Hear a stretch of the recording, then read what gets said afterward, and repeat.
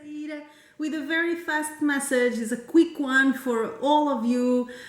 This morning I was talking with a friend of mine and we were mentioning, we're talking about my new online Oriental dance school and how excited I was and how much material I had to share. And one theme came about in the conversation and I just can't wait until I leave this note to all of you, whoever wants to listen. So it has to do with the heart and how nowadays with competitions and professionalization of Oriental dance, whatever that means, that's arguable, people tend to move so much from their heads and from their ambition. There's a lot of ambition and ego and vanity and power struggles in the field.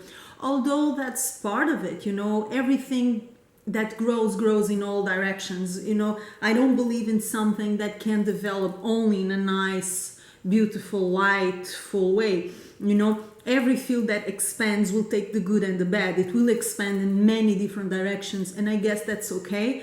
But let's not forget the center of Egyptian dance, which is the heart. If you don't move from the heart, if you don't listen to the music and let your heart filter it and let your movement spring from that heart, then according to my experience, you're not doing Egyptian dance, you're doing something else. You may be using movements that people identify with Egyptian dance, but the dance itself, the language is not there, because it's a language that, I repeat, comes from the heart. I listen even to silence. I listen. I don't think, what can I do with this of extraordinary? How many movements I can apply to this? How can I be impressive with this sound, silence, or music? This is not how I operate, and this is not how Egyptian dance proposes you to operate. What it proposes is you listen. And I mentioned this in my book, by the way, The Secrets of Egypt, Dance, Life, and Beyond. I speak about this. I call it the 3 gates of Egyptian dance. So the first gate is you listen.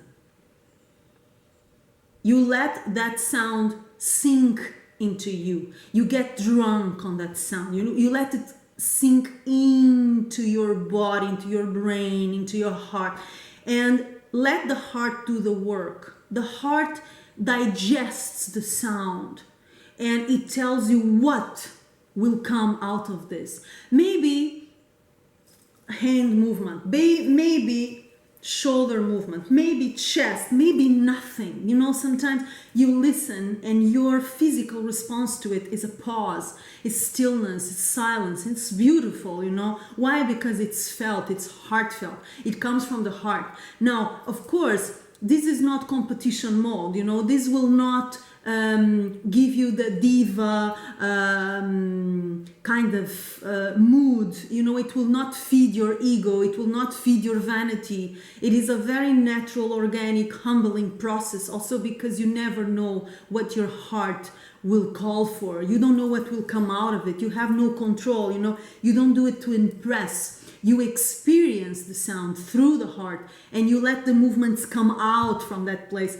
But this, although it doesn't assure you the diva ego thing, which anyway has nothing to do with Egyptian dance, because this is the language of the soul, it is an adventure, not knowing which movement you will feel like doing. I think that's very nice, and it's more interesting than knowing everything or presuming you know everything. So I'm leaving you this note here, and later on we will work it better. Okay, in my courses, in festivals, we will meet around the world, any venue. But I just wanted to leave you this note because I'm seeing it so much these days, this ambition, this ego thing, this using the head. It's like dancers are becoming big heads instead of big hearts, and it's really not the point of Egyptian dance. So start listening, digesting from your heart and moving from your heart. I know it sounds like a cliche when I say it, but I don't see people doing it. So something is missing, something has been forgotten. Okay, so this is just a reminder. Give it a try. Okay, big kiss from Joana Saahirah, and I will see you soon around the world. Mwah.